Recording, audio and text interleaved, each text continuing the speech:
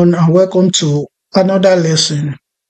In the last lesson, we talked about date methods in JavaScript, where we consider things like to string, to date string, to UTC string, to ISO string method, where each of these changes the output that the date object generates, as we were able to see in our browser tab.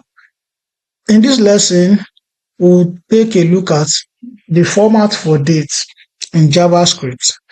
There are generally three types of JavaScript date input formats. So we have seen that in our past examples and past demonstrations, it has been said that JavaScript interprets date as string, and you will see that the output that it gives out also is in string format. So in this lesson, we want to take a look at the formats in details. That is what brought us to the aspect of diving into the date format in JavaScript. As we're going to be seeing in this lesson, there are generally three types of JavaScript date input format. The first one is the ISO, International Standard Date. And you can see an example, 2015, which represents the year, 03, which represents the month, and 25, which represents the day. So this is the international standard. So another format is the use of the short dates.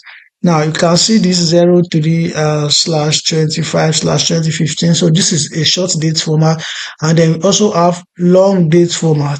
So which can which can bear what is called the shortened abbreviation for a month name, and then the day and the year, or a full month name, the day and the year. And that is what long date formats represent. You can see March. This is an abbreviated format for March. So MAR, 25 is the day, 2015 is the year, or this way, or the day first, the month in the middle, and the year at the end. The ISO format follows a strict standard in JavaScript. The other formats are not so well defined and might be browser specific. So what that is saying is that the ISO standard is the ISO format is the standard in JavaScript, and the short date and long range might not be so well defined and might be browser specific, which means that the output might change based on the browser in which it is being filled. Now note, independent of input format, JavaScript will by default output date in full text string format, which means that regardless of our format, whether the ISO format, whether the short date format or the long date format, JavaScript will by default output date in full text string. An example of what you can see here, the exact thing that we have been seeing when we try to use date objects in our previous lesson. So these are the three general types of date input format in JavaScript. So let me just demonstrate an example of the ISO format so that we understand this better. So the ISO format, like it has been said, looks something like this: 20, 25, 25. And then you can see in my browser that here is the year, this is the month, and this is the day. Just as what we talked about earlier in the slide, that the ISO format is the standard format and the default that JavaScript use when outputting time in JavaScript. So that is an example of an ISO format that carries the year, the day, and then the month.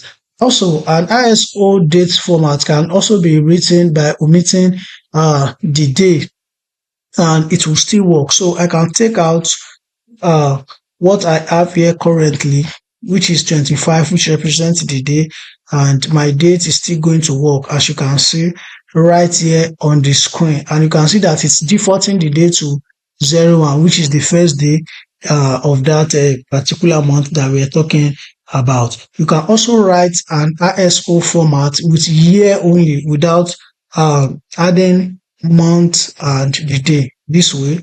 So if I put 2025, you can see that it's showing January as the month and the first day of that month as the day and the year, which is 2025. So these three ways are how you can write dates format, how you can write dates in ISO format, and it will still work and give you a string output that represents the time or represents the data that you passed in as the data or parameters for your date.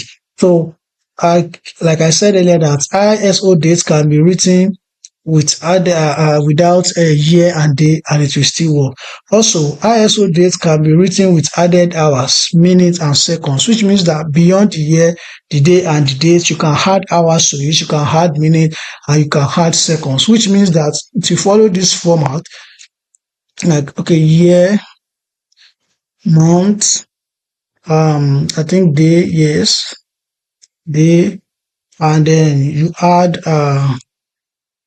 hour, minute, and second. So it will follow this format. And so if you enter the data for what we have for this format, it will definitely not give an error because ISO date format supports hours, minutes, and seconds. So let me just change this and show a quick example of what this means. And I will talk about what the T and the Z represent in the date format shortly. So if I have 2025, but before that, I quickly want to talk about is using the new date. So here I'm not using the new date. I'm talking about the date format. Date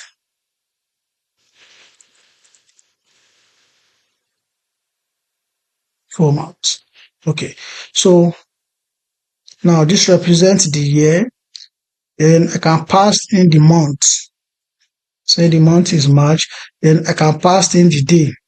And then this T, and then pass in an hour, I'll say 10. Passed in the minutes like 30 minutes, and passed in our seconds like maybe 05Z. Now, if you take a look at this, you will see that right now I am getting an output in my browser. This represents and correlates to the year, the month, the day, the hour, the minute, and then the second. So why the T and this Z that you are seeing in this code, date and time is separated with a capital T. So which means that this is representing the date part and this is representing the time part. So this T separates the date and the time. That is the purpose of this T and the Z that you are seeing here.